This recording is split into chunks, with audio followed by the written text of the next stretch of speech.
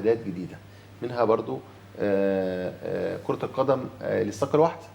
تمام. هو الموضوع زي ما انا قلت لحضرتك ان الاتحاد الدولي نفسه او الاي بي سي نفسه مدي مهله للجان البرامبيه انها لازم تفصل الاتحادات عن اللجنه. فكان ده لازم يتعمل كده كده، الكلام ده مخطط ان لازم يحصل فصل في الكلام ده على 24 على 28. احنا عندنا في اللجنه البارالمبيه عندنا حوالي كام اتحاد، وبالنسبه للاتحادات بيبقى فيه كام انديه؟ بصفتك طبعا يعني لا هو عارف حاجات كتيره في الانديه، عندنا كام نادي عموما؟ الموضوع في اللجنه البارالمبيه بينفصل لشقين، في اتحاد بارالمبيه واتحاد اولمبيه. فاللي موجودين كاتحاد بارالمبي هم يعتبروا الاتحاد الذهني واتحاد الشلل الدماغي واتحاد المكفوفين واتحاد الكره الطايره. تمام. الباقي كلهم لجان موجوده في اتحاد البارالمبيه، في اتحاد الاولمبيه. زي التنس الطاوله، زي التنس الطاوله والكره الريشه والتايكوندو والتريسون والترايسلون والتريسون في كمان والكالون والتجديف والتنس الارضي والريشه والتنس طاوله. كل دول اتحادات اولمبيه بس اللي موجود فيها لجان موجوده من اللجنه البارالمبيه. يعني وعندنا احنا عندنا في حدود انديه كتير قوي في مصر. في حدود قد ايه؟ كام نادي؟ وبالنسبه لان مش كل الانديه بتلعب طايره مثلا، مش كل الانديه بتلعب ذهني، يعني احنا عندنا عدد كبير جدا من الانديه. طبعا احنا عندنا بس في اتحاد السم حوالي 70 نادي. السم لوحده؟ السم لوحده 70 نادي. عندنا في السباحه حضرتك 26 نادي موجودين بيمارسوا سباحه. بيمارسوا سباحه من ضمنهم الانديه الكبيره. غير الذهني برضو عنده كميه كبيره جدا، عنده بتاع حوالي 70 نادي او اكتر من 70 نادي موجودين. فده يمكن احنا بنتكلم على الانديه اللي موجوده في اللجنه البارالمبيه. نيجي بقى على التنظيم. يعني وكل لحضرتك تنظيم اكتر من بطوله محليه، وايضا بدات تشارك في البطولات الدوليه. هو طبعا احنا هنتكلم على اخر حدث كان موجود اللي هي البطوله الدوليه اللي هي كاس مصر البارالمبي للسباحه، من ضمن بطولات كاس العالم للبارالمبي للسباحه. فدي كانت اول بطوله مؤهله لباريس تتعمل هنا في مصر. مؤهله لباريس. اللي فاتت كانت لسه لا تجربه. كانت بطوله مصر الدوليه. كانت تجربه. كانت بطوله مصر الدوليه، دي كانت اول بطوله مؤهله كانت تتلعب في مصر. شارك فيها حوالي 16 دوله. عدد الفرق الافراد اللي جم فيها حوالي 84 لاعب. مصر بس شاركت ب 24. وحصلنا فيهم على 7 ميداليات. وبعدين بس هو الفرق في البطوله دي يا كابتن ايهاب ان احنا استفدنا منهم، ان احنا كنا حضرتك كان فيها حاجات كتير جدا ممكن ما نقدرش نعملها. كنا احنا البطولات اللي قبل كده كنا بنعمل النهائي بالزمن. لا الكلام دوت احنا ابتدينا نعمل حضرتك البطوله تصفيات الصبح ونهائي بعد الظهر، وابتدت يبقى في فاينل اي وبي. فالكلام ده ما كانش بيحصل قبل كده، فابتدى ان احنا نتعلم ازاي ان احنا نبدا ننظم البطولات. عملتوا زي بطولات العالم الدوليه لو تمام. ان انت حضرتك بتيجي الصبح تعمل تصفيات، بعد الظهر بعد الظهر بتعمل الفاينل من اول 1 لغايه 16. اول مجموعه بتبقى اول 8. كتير عليكم يا كابتن؟ لا هو بفضل ربنا طبعا كان معانا لجان كتير، كان في منهم اكتر لجنه الحكام واللجنه المنظمه والكلام ده كله. فطبعا كان التوفيق كله من عند ربنا، وكان حسن الاداره من الدكتور حسام ومجلس الاداره والكابتن عماد وحضرتك. فده كان حسن الاداره في التنظيم. فدي كانت حاجه كويسه جدا بالنسبه لنا ان احنا نقدر نعمل الكلام ده في مصر. وبفضل ربنا ان احنا كمان اتدرج الامر معانا ان احنا نبقى من ضمن منظمين بطولات العالم السنه الجايه في شهر 12.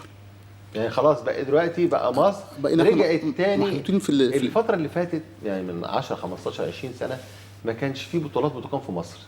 يعني الفتره بتاعت الدكتور حسام يعني هو في خلال السنه دي بس يا استاذ ايهاب احنا كانت بتقابلنا مشكله كبيره جدا. كانت اكبر مشكله بتقابلنا موضوع التصنيف. كنا بنعاني عشان نقدر نصنف ولد نعرف الكلاس بتاعه ايه. بفضل ربنا في خلال سنه واحده بس مع مجلس الاداره بتاع حضرتك صنفنا 24 لاعب في مصر. مش حضرتك لوحدي؟ مجلس الاداره كله. حسام والمجموعه. احنا الكلام ده كله بنقول بقياده الدكتور حسام مجلس الاداره. فدي كانت اكبر مشكله بتقابلنا موضوع التصنيف. ان انت توصل ان انت يبقى عندك 24 لاعب مصنفين، وكان قبل كده ما كانش فيه ولا لاعب مصري مصنف. لا مدرك في الكالندر او محطوط على الكالندر الدولي. ما كناش عندنا علم، الاتحاد الدولي ما كانش عنده علم ان انت بتلعب سباحه، كمان ما كانش عنده علم ان احنا ما كناش بنسجل السباحين بتوعنا على السيستم، ما كناش متسجلين على السيستم، ما كناش بنحطهم، فما كانوش يعرفوا ان كان عندنا علم ان احنا لعيبه السباحه موجوده. ولكن لما جت هنا بقى في مصر خلاص عرفوا وشافوهم وصنفوهم. والموضوع ان انت كاول دوله افريقيه وعربيه ان انت تنظم بطوله برامبيه للسباحه، فده امر انجاز بالنسبه لك. هو بامانه يعني الحق يقال الدكتور حسام اصلا سباح، هو اصلا يعني هو عنده جزء العلاقات العامه وطبيب فاهم وعارف يعني ايه التصنيف، فان هو يقدر يجذب البطولات بقت تقام في مصر. يعني مش السباحه بس، ده السباحه وكان قبليها رفع اثقال. ودي كانت رفع الاثقال. قول انت كده حضرتك في رفع الاثقال عندك ابطال عالم، والموضوع مدركه قبل كده نظمت. يمكن كان موضوع السباحه كان موضوع مهم جدا ان انت تكتسب كل الدول دي وان انت تنظم في مصر في التوقيت الحالي، فكان موضوع صعب جدا. ده الدول كانت بتتنافس ان تيجي تشارك في بطوله مصر الدوليه دي على اساس يتاهلوا اولادهم يتاهلوا. ايوه، لان اما يتاهل من مصر هنا فكان الموضوع كان فرصه كويسه جدا بالنسبه له ان هو يتاهل لباريس، وتكلفه يعني كمان ارخص. لان دلوقتي بدل ما يروح مثلا يروح تايلاند، يروح انجلترا، لكن لا انا اجي في مصر هنا الناس طبعا العلاقات وقرب المسافه. وفي نفس الوقت برضه يا استاذ ايهاب احنا بنحاول من منبرك ده بنذكر برضه السيد الرئيس عبد الفتاح السيسي على الصرح الرياضي اللي عمله لنا في العاصمه الاداريه الجديده، وبنشكر دكتور اشرف صبحي ان هو وفر لنا حمام السباحه بتاع العاصمه الاداريه. فدي كانت حاجه جميله، كان شرف لمصر ان يتعمل بطوله في حمام السباحه بتاع العاصمه الاداريه. هم بصراحه كانوا مبهورين فدي كانت بالمكان، يعني كانت حاجه جميله جدا. وانت بالنسبه لهم دلوقتي انت تعتبر اول دوله في افريقيا والشرق الاوسط ان انت تنظم بطولات براميل السباحه مش موجوده. يعني انت الدول العربيه والدول الافريقيه بتيجي تلعب عندك، فانت بقيت بالنسبه لهم انت المقر بالنسبه للقاره الافريقيه. يعني احنا بقى لنا 5 7 8 سنين 10 سنين اي حد عايز يلعب سباحه كان يروح بطوله مانشستر، يروح مثلا بطوله في برلين في المانيا، بطوله في فرنسا، لكن ما كناش. وعشان تيجي تصنف لاعب واحد لازم تدفع له تذكره طيران، لازم تسفره، كانت مشكله وتكاليف. لكن دلوقتي بقى عندنا بنصنف اللعيبه بتوعنا في مصر اهو. بقى نقول حضرتك العدد بقى 24 يا استاذ ايهاب. في خلال ال 12 سنه اللي فاتت دول ما كانش عندك الا 6 لعيب مصنفين هم على مستوى العالم، ما كانش في غيرهم 6 لعيب. انت في خلال سنه بس بالظبط بقى عندك 24 لاعب مصنفين دوليا، فده بالنسبه لك يعتبر انجاز. والسنه الجايه هتبتدي تدخل عدد اكبر برضه وهتبتدي تصنف اكتر، فدي حاجه طبعا تحتسب للدكتور حسام ومجلس الاداره. لا وبعدين كمان بداتوا تشتروا ادوات في اول بطوله، والبطوله الثانيه بقت خلاص عندك الاصول، عندك حاجه مفيش تكلفه بتقل. هو طبعا خلاص. بالنسبه للادوات احنا كان بتقابلنا مشكله، وطبعا من منبرك ده احنا بنخاطب الدكتور اشرف صبحي ان هو يقدر يوفر لنا ساعه الكترونيه، لان اللجنه البرامبيه ما فيهاش ساعه الكترونيه. فطبعا احنا بنناشد الدكتور اشرف صبحي، طبعا هو شرفنا في البطوله، كانت حاجه جميله ان هو شرفنا وكرم بنفسه لابطال العالم. فاحنا بنناشده هنا ان هو يوفر لنا بس ساعه الكترونيه للجنه البرامبيه. ده اللي احنا بنناشد بيه الدكتور اشرف صبحي، لان احنا بعد كده بقى عندنا بطولات دوليه بصفه مستمره، فاحنا بنعاني من موضوع الساعه الالكترونيه. لا وبعدين خلاص يعني حتى كنت انا بتكلم دكتور حسام قال احنا لو اشتريناها اول مره او قدرنا تيجي خلاص بقت مش موجوده في التكاليف او في المصاريف في البطوله الجايه، فاحنا موفرين التكلفه دي. ودكتور كان بيحاول يشوفها من طريقه او اخرى، اذا كان عن طريق راعي او بعد ما يقدم طلب للدكتور اشرف صبحي. وبالمناسبه دكتور اشرف صبحي يعني لا بيتاخر على اي حاجه كرياضه بصفه عامه او بالاخص بذوي الاعاقه، بيجي يحضر البطولات، يحضر الافتتاحات، اذا كان في ندوات، اذا كان بيحضر جمعيات عموميه، اذا كان دوليه طبعا او عربيه. فالدكتور اشرف صبحي يعني ربنا يعني يكرمه على دعمه لذوي الاعاقه، مش مخليهم محتاجين اي حاجه يعني. ودلوقتي حتى اللجنه البرامبيه في تنظيم بطولات السباحه او الالعاب بنظام الدوري. يعني السباحه السنه دي حاجه جديده حرص عليها الدكتور حسام ان هو يعمل بطولات السباحه بنظام الدوري، مش بطوله ويمشي، لا البطوله هتتعمل بنظام النقط. يعني بطوله الدوري هتتعمل على 3 مراحل. هيتعمل على 3 مراحل. الولد نفسه هيتحط ان هو ايفنتاته هتثبت على ال3 بطولات، ويبدا يتاخد ارقامه ونشوف ال3 ازمان بتوعته. دوري وكاس لا، وبطوله. الدوري نفسه هيتعمل 3 مرات. اه يعني حضرتك هيلعب المرحله الاولى، المرحله الثالثه، المرحله الثانيه والمرحله الثالثه، ويبدا يتكرم على المرحله الثالثه في ال3 مراحل. فدي حاجه كويسه هتخلي ان الولد يفضل من اول الموسم لاخر الموسم بيبدا ان هو يدرب نفسه ويشد نفسه ويظبط نفسه، عشان خاطر برضو التفوق الرياضي. طبعا. يبقى ما فيهاش نوع من الظلم للولد. ما في ولد يقول لك انا ما حضرتش بطوله الجمهوريه مش قادر احضرها. فبتجمع له ال3 بطولات. ال3 بطولات، ويبدا ان هو يتكرم على ال3 بطولات بتاعته. فدي حاجه كويسه جدا ان انت هتبقى السباحه. اولياء الامور اكيد فرحانين بالخطوه دي. فطبعا ان السباحه هتفضل شغاله طول السنه. غير طبعا ان كان السنه دي كان اول سنه تعتمد المياه المفتوحه في اللجنه البرلمانيه وتتلعب رسمي، واتلعبت في اسكندريه.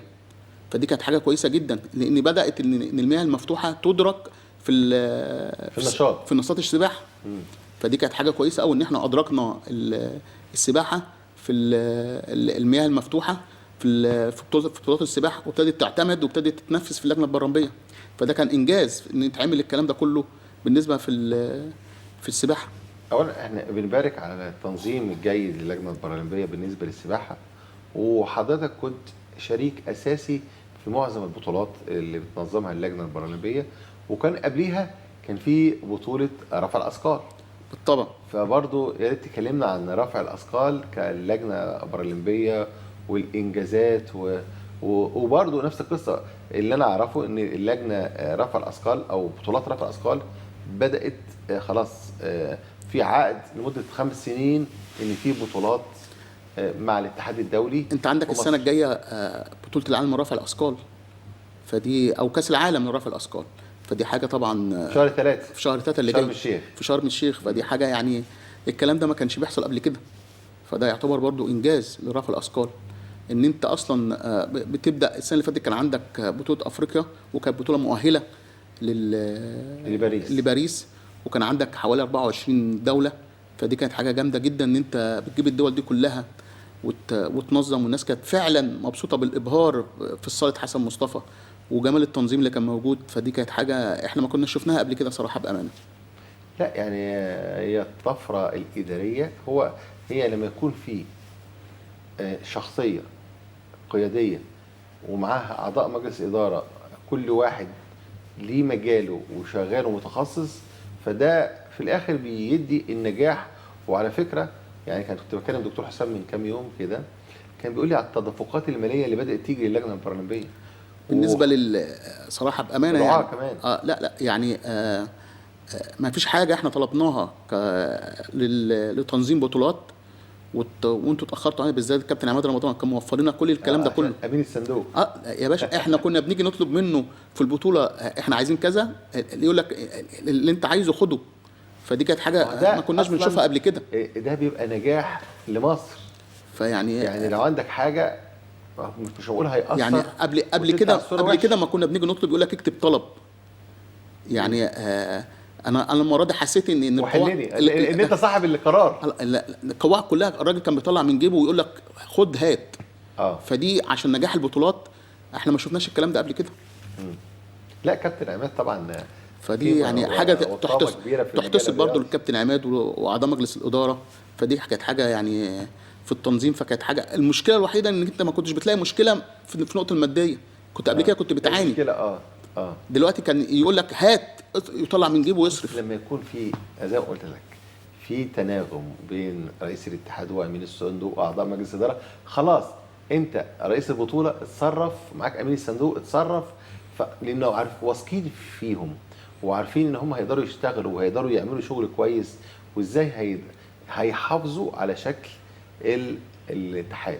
طيب الحاجه الثانيه بالنسبه للتنظيمات، طبعا احنا بنهنئ منتخب مصر للكره الطايره جلوس. طبعا ده بالنسبه لنا دي حاجه شرف لينا، وبنشكر مجلس الاداره الدكتور مصطفى واللواء منصور محمدي على مركز تاني. ده بالنسبه لنا ده اول مره في حياتنا ان احنا نوصل للمركز ده. فدي فعلا احنا بنشكر كل الجهاز الفني واللاعيبه فرد، وبنشكر الدكتوره عبير عبير عطله. عبير عطله طبعا، لانها بالفعل كان الراعي الوحيد للكره الطايره في بطوله كاس العالم. في كاس العالم ديت. فدي احنا بنشكرها فعلا، انها فعلا ساعدت اتحاد الكره الطايره، وهي فعلا كانت واقفه جنبيهم في الفتره اللي فاتت دي. فاحنا من وكمان منبرك ده وصلوا. احنا بنشكرها بالفعل، ونتمنى ان كل رجال الاعمال ان هم يعني حتى يعني يتابعوا اللي هي عملته بس، وتعمل لنا زيها. لا، هو دور راجل الاعمال يعني اني رايح في بطوله وبيخدم ذوي الاعاقه. يعني كان معالي الوزير كان بصفتي في الاتحاد العربي، والدكتور عبير امين عام الاتحاد العربي، فكان كلفني ان اكون اقدر ادي الدعم لكاس العالم. فلما كلمت الدكتوره عبير قالت لي: يا كابتن ايهاب، اي حاجه لمصر انا مش هقدر اتاخر. ففعلا دفعت مبلغ والحمد لله، وكان يعني حظها وشها حلو على المنتخب المصري، وحصل على المركز الثاني. ويعني وكانت جايه تحضر البطوله، لكن ظروف صحيه طبعا ما قدرتش تيجي النهائي. لكن في الاخر نتمنى رجال الاعمال يكونوا يحظوا حظوها. نتمنى ان كل رجال الاعمال يحظوا حظوا الدكتور عبير، لان بالفعل احنا الرياضه من غير فلوس ما يبقاش في رياضه. عشان بس يعني كل حاجه من غير فلوس مش هيبقى في لعب. فده احنا بنتمنى ان كل رجال الاعمال ان هم يحظوا حظ الدكتور عبير، واحنا من منبرك ده بنشكرها بالفعل انها وقفت جنب اتحاد الكره الطايره. فيعني احنا بنشكرها بالفعل، ونتمنى ان احنا نشوفها في اللجنه البرلمانيه. ان شاء الله هي مش هتتاخر. وبعدين بطولات الاتحاد العربي خلاص بقى بدات في بطولات في مصر دلوقتي، وكان في تكريم في نادي القاهره اول امس. طبعا بالنسبه للتكريم دي كانت حاجه يعني شرف لكل الابطال البارالمبيين ان هم يكرموا. فكانت دي حاجه كويسه جدا، وكانت لمسه جميله من الاتحاد العربي.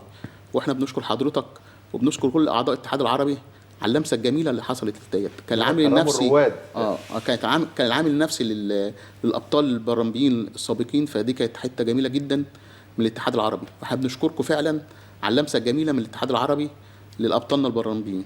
على العموم احنا هنتكلم باستفاضه مع الكابتن امير طبعا علي نائب رئيس نادي القاهره في الجزء الثاني. هنتكلم عن التكريم، لان نادي القاهره استضافت الحفله والتكريم، والدكتور طبعا عبد الرحمن يوسف استقبل الفرقه والمكرمين وعمل حفله كويسه جدا. فاحنا بنشكره وبنشكرك يا كابتن ناجي. وطبعا كابتن ناجي حضرتك مشرفنا، كابتن ناجي ابراهيم. احنا اللي لنا الشرف يا استاذ ايهاب ان احنا نبقى موجود مع حضرتك في المنبر بتاع حضرتك، وده شرف لينا، لان ده بيعتبر بالظبط هو ده لساننا بالنسبه للاعلام اللي احنا بنقدر نعبر بيه مع حضرتك.